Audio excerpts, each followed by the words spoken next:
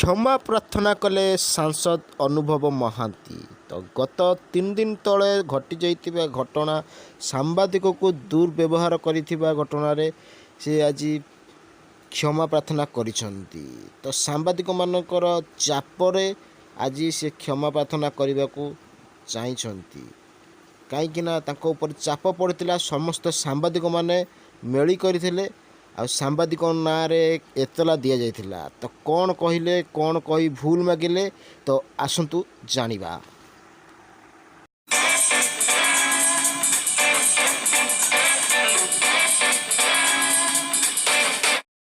नमस्कार, मु अनुभव मोहंती। गणमाध्यम प्रति मोर सर्वोच्च सम्मान रही एवं गणमाध्यम को मु सबुबले सहयोग मध्य करि आछि।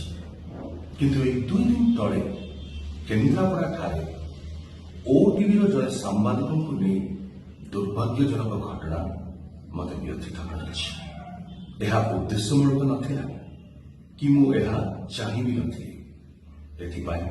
मु दुखित। 2019 मसीह केन्द्रापड़ा आसन वैजंत बाबू मो निकट 1.5 लाख भोट व्यवधान लोकसभा निर्वाचन हारिबा परे तांको परिवार मालिकाना थिबा ओटीवी चैनल नियमित भावे मोर चरित्र संघार सहित मते विरक्त एवं अपमानित करिबारे लागिछि।